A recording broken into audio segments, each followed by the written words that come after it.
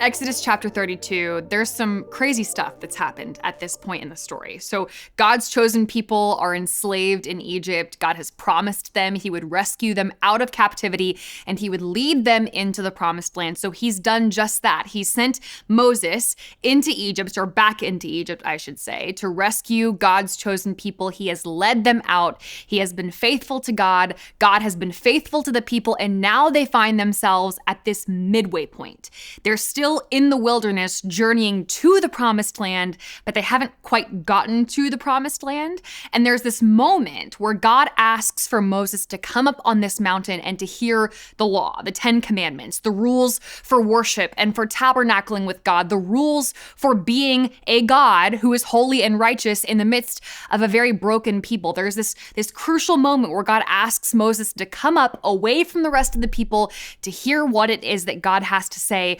But the people just are not content with how long God is taking to speak. This kind of sounds like you and me, right? We want God to say something. We want God to give us a direction, clarity, movement forward in our lives. We want God to bring us the children, bring us the spouse, bring us the career, bring us to the location that finally helps us make us feel fulfilled in our living. And yet when God takes too long to speak, or what we perceive is too long to speak, we tend to get antsy and opt for something different. Exodus 32 says this, verse 1, when the people saw that Moses was so long in coming down from the mountain, aka he had taken too long to hear from God, and therefore they had gone too long without what they thought was clarity of direction. When he had taken too long to come down from the mountain, they gathered around Aaron and said, "Come, make us gods who will go before us.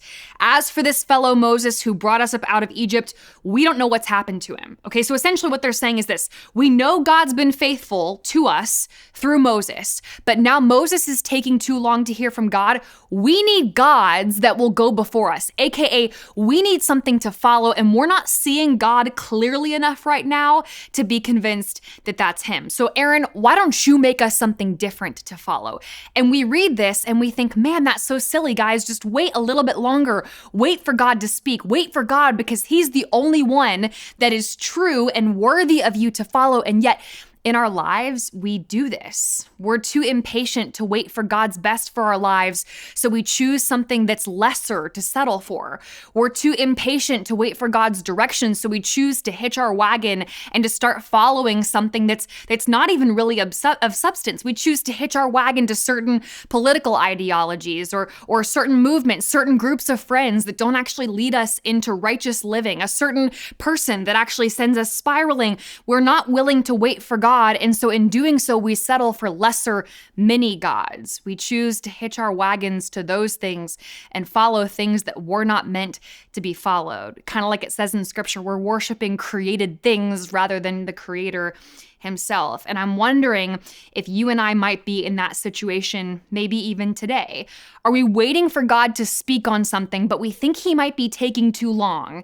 And so instead of waiting for God's best, we're going to choose to follow something different. Maybe you're choosing to follow substances right now. Maybe you're choosing to follow some kind of a relationship that makes you feel good for the moment. It helps you pass the time right now, but it's not actually the long-term thing.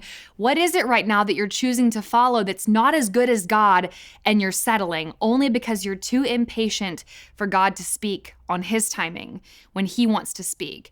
And what if it's true that God's silence doesn't actually mean that he's not leading you? What if it means that God's silence is creating a yearning and a longing and a listening in our ears so that when he does speak, we're actually ready to hear it? So my question to you today is, are you willing to wait for God's best? Are you willing to wait for what God actually says? Or are you going to grow impatient, kind of like the Israelites, and choose to follow something lesser?